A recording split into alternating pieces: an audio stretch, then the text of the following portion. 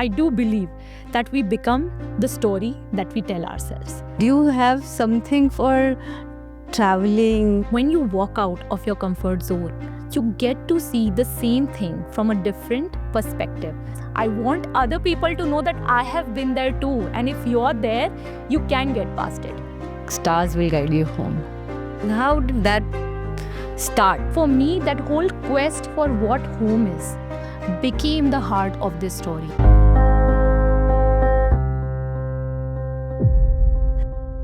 What if I told you that one decision, just one decision, could change the course of your life? Well, today's guest did the same.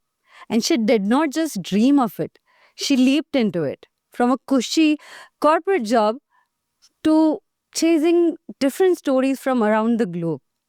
And in that leap, she did not just find herself, she found her readers too. Stuti Changle, a storyteller whose words feel like postcards from the heart. Hi Stuti, how are you today? I'm doing super. I'm so excited that you've come today. I love your books and that's why I was like, मुझे तो बात करनी ही है स्तुति से. So let's start from the start. Okay. And talk about your childhood because I know that you have an interesting story there and I want our viewers to know that story. I'll tell you something. My childhood has been full of adventures in the sense that I never was in one place that I belonged to. My dad being in SBI, we used to keep shifting places. So the moment sense of home used to sink in, you then knew that now home is different. So my family for the longest time has been that home. And when we talk about family, my mother has been a very important part of my life. So that interesting story is that on the day that I was born with teeth. Oh, wow. Babies are not supposed to be Yeah, born with yeah. teeth. They develop it later on. And everybody on that floor, because it was a village, it was a rural area, quick to assume that she might be a witch. But all through that journey, my mother has never let me feel so. She always believed that my child is special. She's going to do something big. And that's the story she kept telling me. And that's the story I have been telling myself because I do believe that we become the story that we tell ourselves. Oh, yes. So true. So true. And I think what you're saying is so much relatable to, everyone. And I know for sure that it might not have been very easy a journey. So my next question is directed towards that difficult path. You jumped from like a corporate world to a creative world. Yes. And for Indian families, it's like saying that, mom, I'm going to Mars, but without ISRO. So I just want to know, how did you take that leap and how it went forward? It is very scary. Honestly, I mean, I've never said that in front of camera. It always comes across as a very Bollywood story that you decided I wanted to do this and you took the leap. Okay, it just looks very Bollywoodesque on screen, but in reality, it's full of challenges. The first time I decided to quit my corporate job, the first question I asked myself was, who will pay the rent? Oh, yeah. And while passion is something very great to have in your life, that's the first question everyone asks because survival is above everything. And because of that, I never took that plunge. So, in the longest time, I've known that I want to be a writer, but I'm not doing it because I just don't know how realistically it will make any sense. But when I was in this corporate job and every day after even a good day at work where I was achieving the sales targets, I was not feeling that sense of fulfillment coming from within. It's where I asked myself that given that I now have a little bit of savings, can I make that move? So that question, more than anyone else, you keep asking it to yourself in front of the mirror. And that's what I did. And it was one fine day in 2016 when I just packed my rucksack. I was in Mumbai, didn't go to job the other day, moved out, came to Delhi and started a completely new life. Wow. And that's how my first book, On the Open Road, was written. And I'll be very honest here. So while I had quit my job, I was still doing a lot of freelance work because I wanted the luxury of having good time to be able to churn out a beautiful story. Yeah. But at the same time, I wanted to be independent enough to take care of my own bills. Did you start writing before you took that plunge? Did you already start it? Yes, a little bit of On the Open Road was written before taking that plunge. And I believe her reader के अंदर एक writer होता है, हर इंसान के अंदर वो एक इंसान होता है who wants to publish one book someday. Someone thinks of it as a biography that would be written on them or an autobiography. But to say the least, everybody is full of those life lessons and we want to share it. I think as humans, we love sharing life lessons.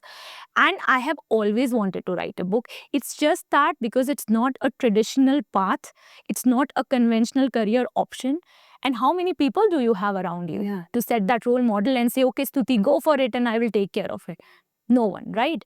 So that is where you hold yourself back. But I've always wanted to write and I was always scribbling in my diary. Nice. So, what was your parents' reaction? How did they take it? It was a very typical reaction.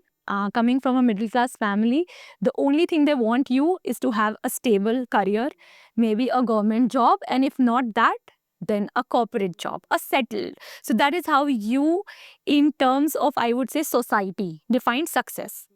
When do you say कि लड़का settle हो गया है, लड़की settle हो गई है? When you have that with you, that one job title that now can be boasted on the parties they would go to, or all the weddings that where they would be asked, आपका बच्चा कर क्या रहा है? So that is how we are as a society. My parents had their own inhibitions about me pursuing this, and I would say in the longest run, they have now supported me and helped me. But if you talk about the beginning, the genesis of the idea, they were not there at that time because even I wasn't confident to share this with them that, Mama, I'm doing this. So after quitting, I had told them after a few days. It was not the same timeline. And because I knew they would say no to it. And for the first time in my life, I did not want to hear a no, even if it was coming from my own parents. Yeah. And in those days, Kushal, who's now my husband, at that time we were seeing each other, became that source of motivation or inspiration for me. He had started up his own company and he said, "Tu karna yaar, dekhenge jo hoga." And sometimes all you need in life is that one person who believes in you and they say, "Tu karna yaar, main khada hu ya main khadi hu." Yeah. Yeah. Amazing. Amazing. What were the initial few months were like after taking that leap? बहुत issues आए यार. I mean, the first thing you do is when you don't go to job at 8:30, even if your help walks in, she judges you. She's like, what does she do? How is she even making money? So making that example very evident here, not because their validation is something that I'm looking forward to, but also trying to make in a point here, Rachetri, that if you're doing something of that sort, everybody has their eyes on you to see if at all you will be met with success someday, because they don't care about your purpose. They don't care about your calling. All they care about is, इस लड़की ने सब कुछ छोड़ के अगर ये किया है तो I really want to see that will she achieve it. So there's more, I would say, less of concern and more of speculation. And you have to navigate all of that. So not just this person who walks in, but now every other person you would meet. Sometimes it's so daunting in India to even explain what passion or what love for work means, because for so long people have been doing things that they don't love to do, that it is a norm. Like terms like you would have heard, तो job मजे के लिए थोड़ी करते हैं. So job is supposed to give you money and that is how it's supposed to be. So how do you even compare? Like, what's the point of passion? So I think these questions came my way, and they do come in the way of anyone who wants to do that. You want to write a book, there's a problem. You want to do anything that nobody else is doing, there would definitely be a problem. Now it's all up to you how you navigate it. I still remember in one of the meetings that I was supposed to have with my friends, they had asked me to come into a very plush restaurant in Cyber City. And when You go and check online, you somewhere know that you're not in the space to be able to pay this bill. Yeah. And so you also cut out on many social connections at that time because you're trying something completely different and nobody's going to understand that. If you end up telling your friends that I can't show up because I can't pay the bill, they'll be like, तुझे किसने बोला था job छोड़ने के लिए?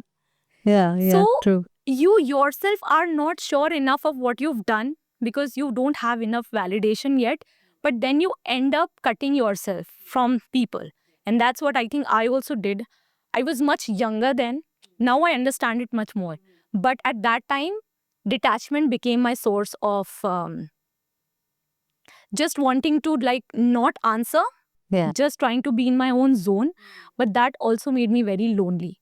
So if I have to sum it up, that was one of the most difficult times of my life. I can imagine. Well, so proud of you. And a lot of your stories, your books, have been in like striking locations, like different kind of locations. Do you have something for traveling? And is there any specific place which maybe motivates you more or gives you different kind of ideas? I think travel is a part of me as much as or more than anything else. Because one of the things that I realized living my life is that when you walk out of your comfort zone, when you are at a different place, you get to see the same thing from a different perspective. So in Hindi, they say kuएं का मेंढक. Ha. So if you are inside the well as a frog, all you can see is that well. You don't see what's beyond it. The moment you're going to walk out of it, there is going to be multiple perspectives to which you might look at the same well. And that well looks very different when you're inside. Yeah. But we were just talking about Mars. And if I take you to Mars and you have to figure out the same well, it's irrelevant. It just doesn't even make sense. You might not be able to even spot it. That's how perspective is so important in shaping a person's worldview. Travel helps me do that.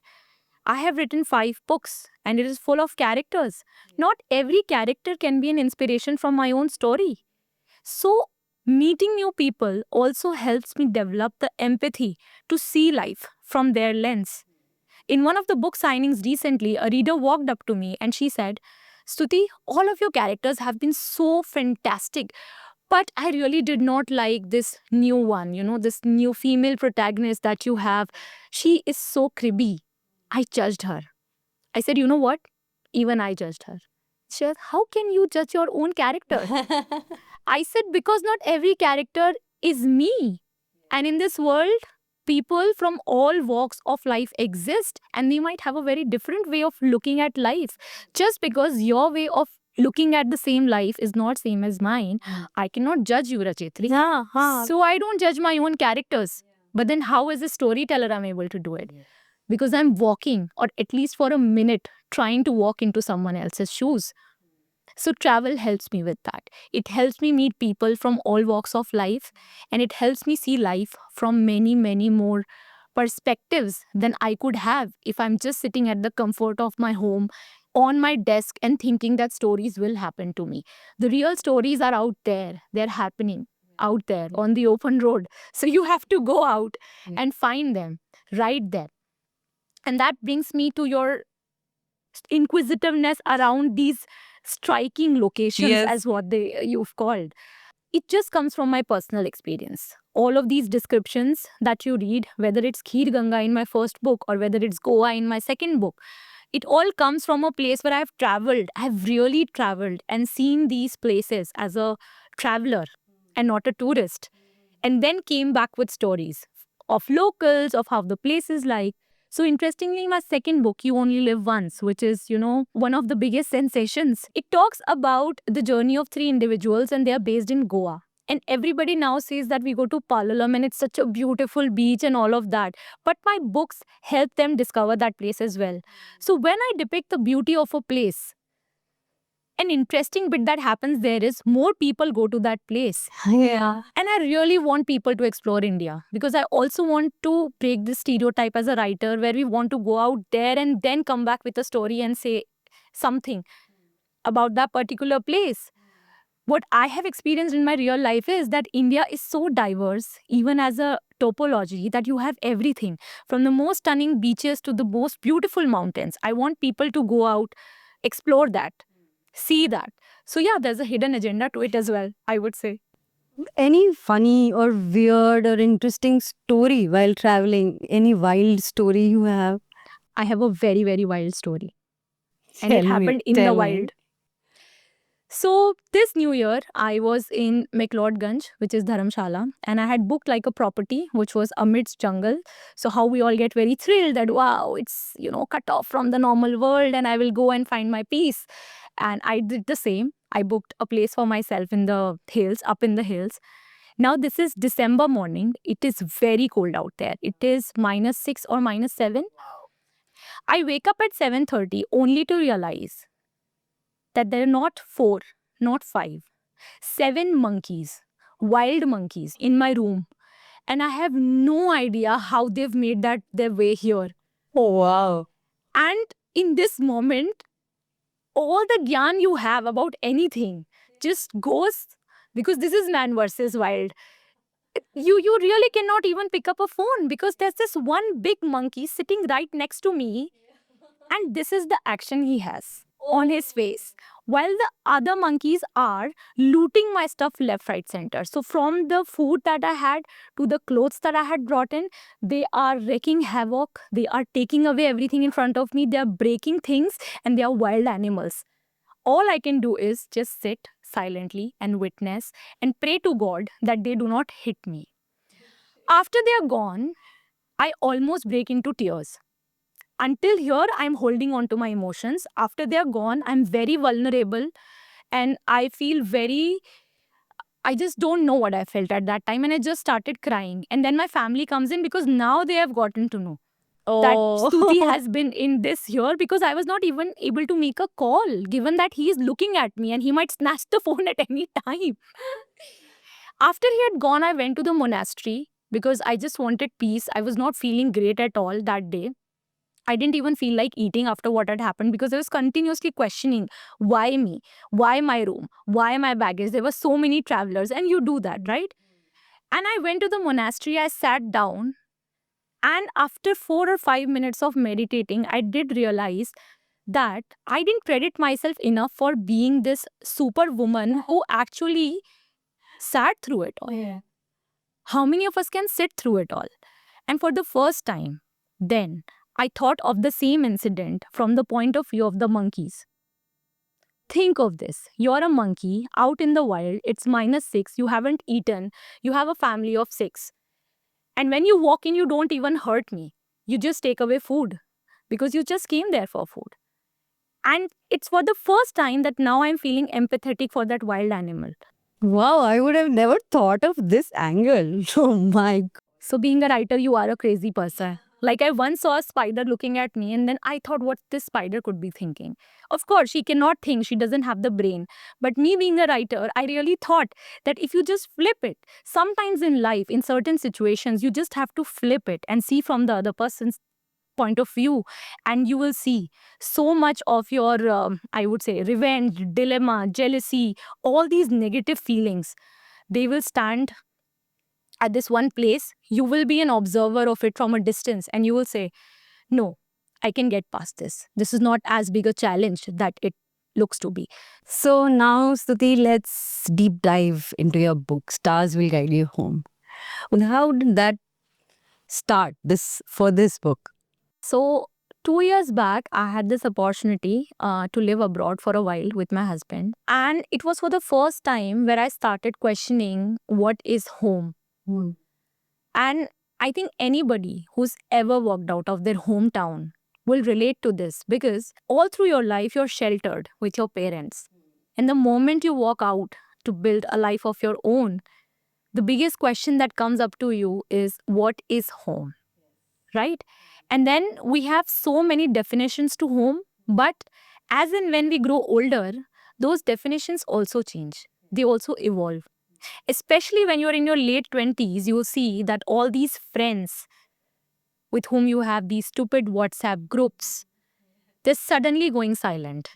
People are not reaching out as much as they used to.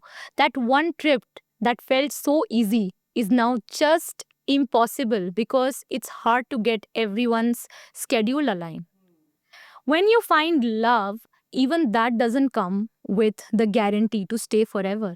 और अगर इन सब से बच के आपने अपने अंदर भी घर ढूंढ लिया है, let's say, still, being a human, you will always crave for something more than you. You're never happy. So I would say that for me, that whole quest for what home is or how do I find myself at home became the heart of this story. And for me, it's always the theme first or the life lesson first, or what is it that at the larger level that I want to talk about first, and then the plot comes into picture, and then the character comes into play, and everything then follows.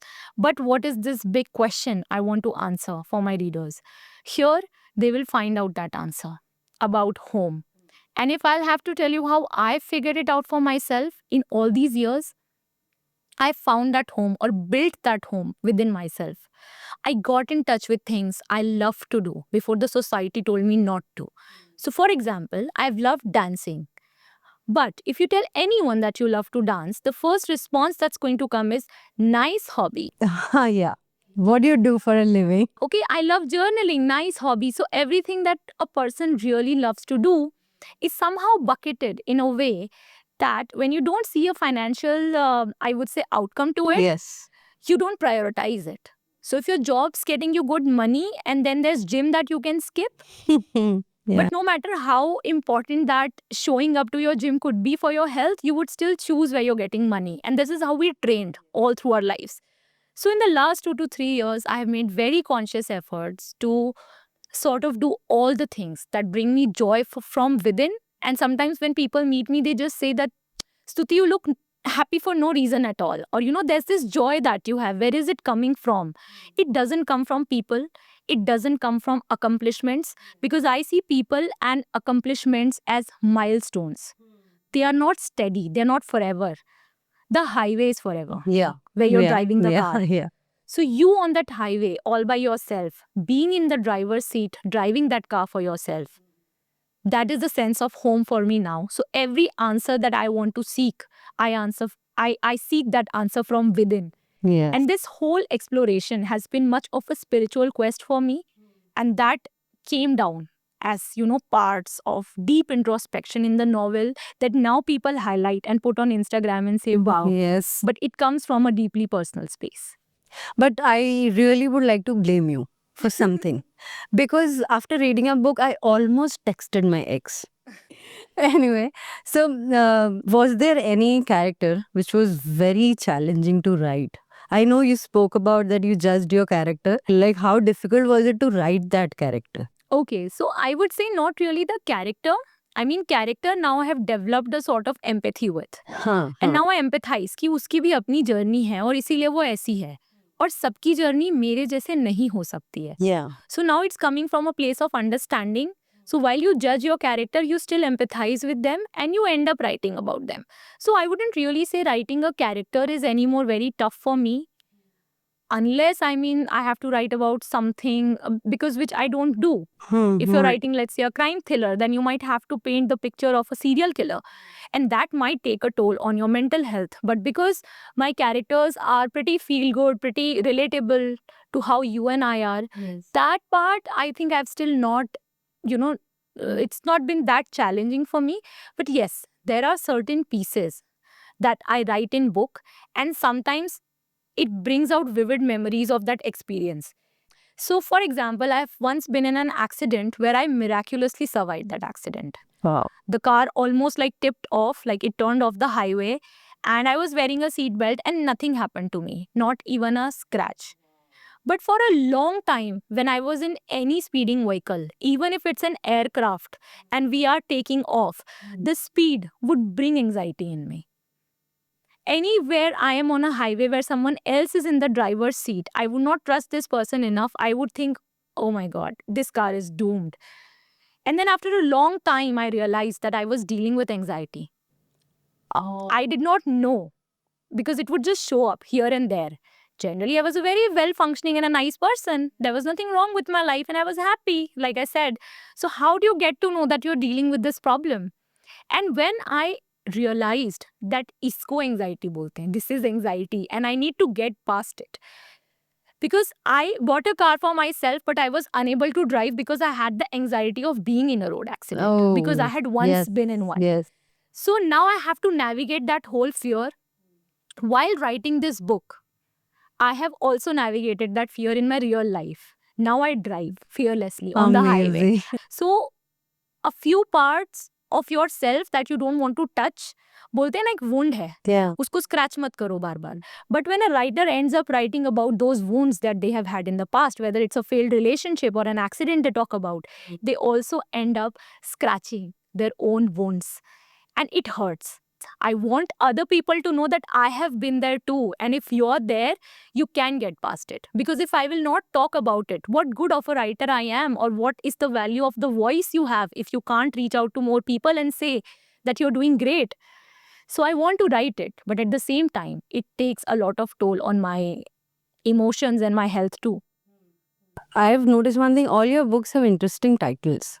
So for this one, Stars Will Guide You Home, how did this title come to you? So interestingly, I've always believed in someone guiding my path.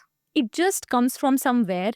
And even in this universe, it's a mix of black and white, right? So, star for me is that white light or that good energy that exists. And even when I have been at the lowest in my life, when nothing was working out, I was very close to my grandparent and I lost her while writing this book. And she was battling with a life threatening disease. And it was just very hard to look at that end of hers.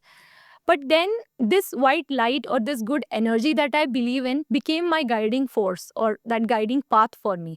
And I've always believed that even when you have nothing, you can always look up to stars. And that's the perspective. So stars are that guiding path or that guiding light for me.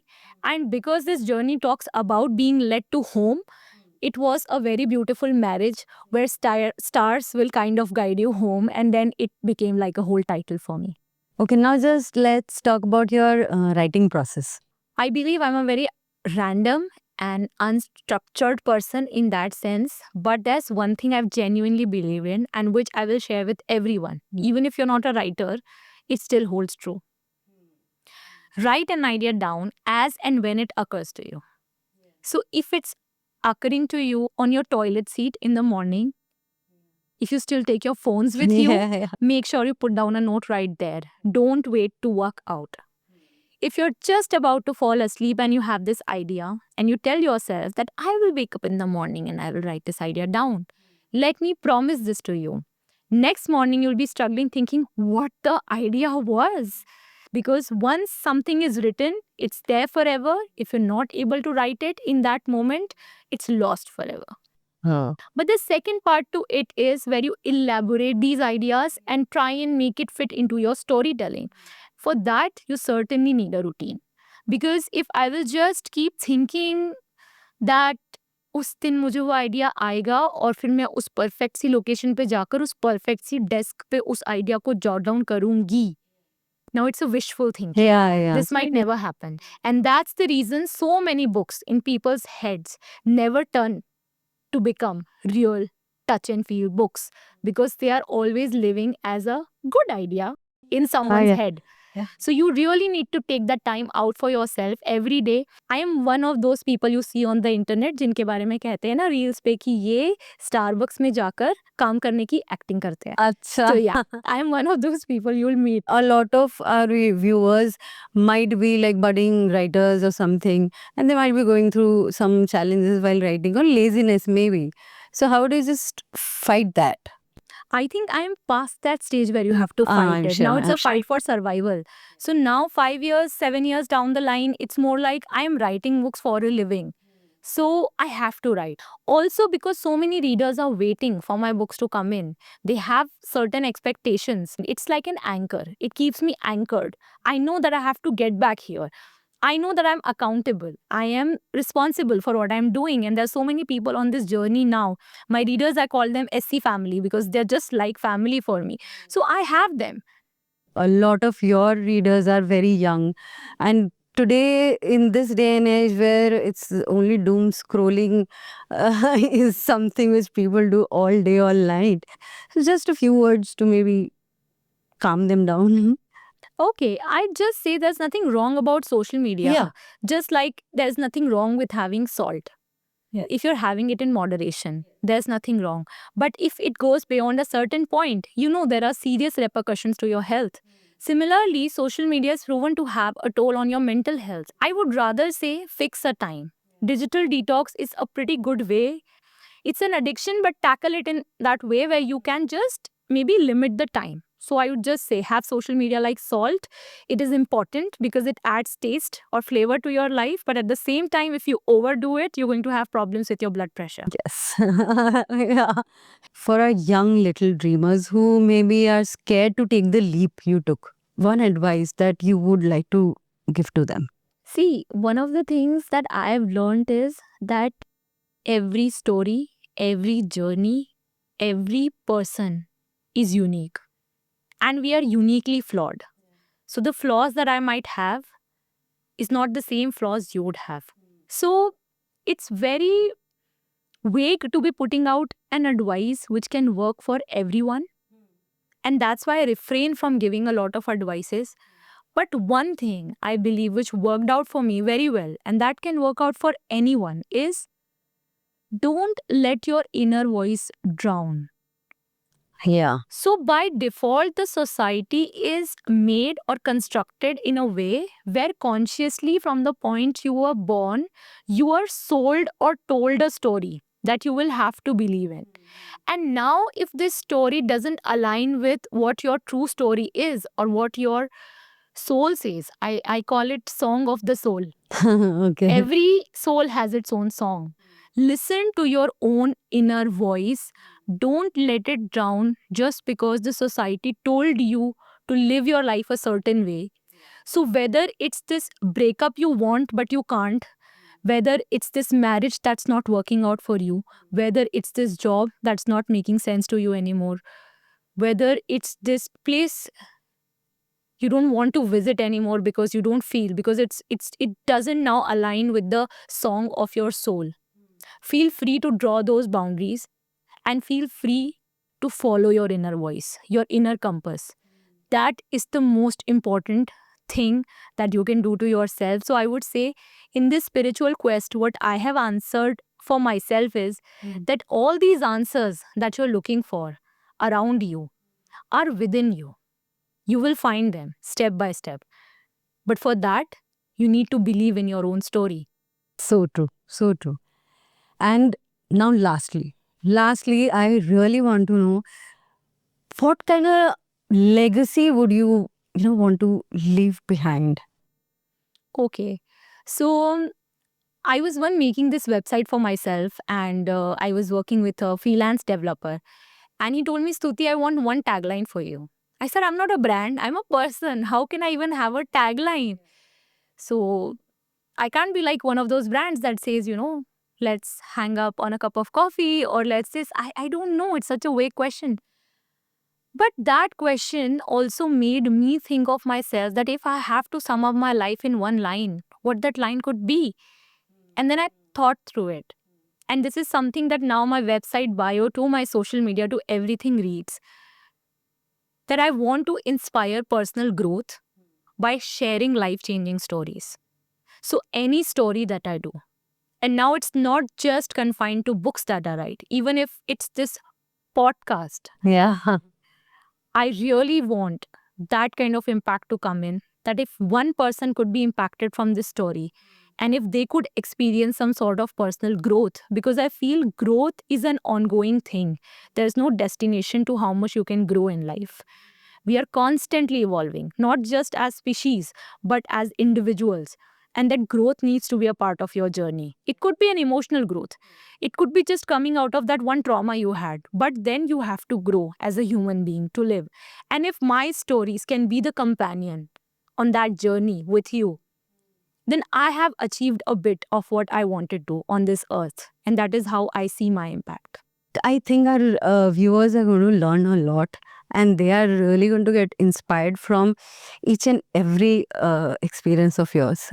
It also helped me reflect back on how long this path has been. And that reminds me that if you have the good intent, like I said, or the good energy in place, it is supposed to light up a lot more paths. And thinking of good content also reminds me of Bookscape, one of the best platforms that I've come across in the recent past. They just have good content. They're saying no to piracy. And as an author, I do feel that finally we're getting our due. So, guys, whoever is listening to this podcast, you really need to check out this platform. Yes, thank you. Thank you to you guys too. And if you liked what you heard, and if you really think that we should do it more often, then please do like and share and subscribe to Bookscape.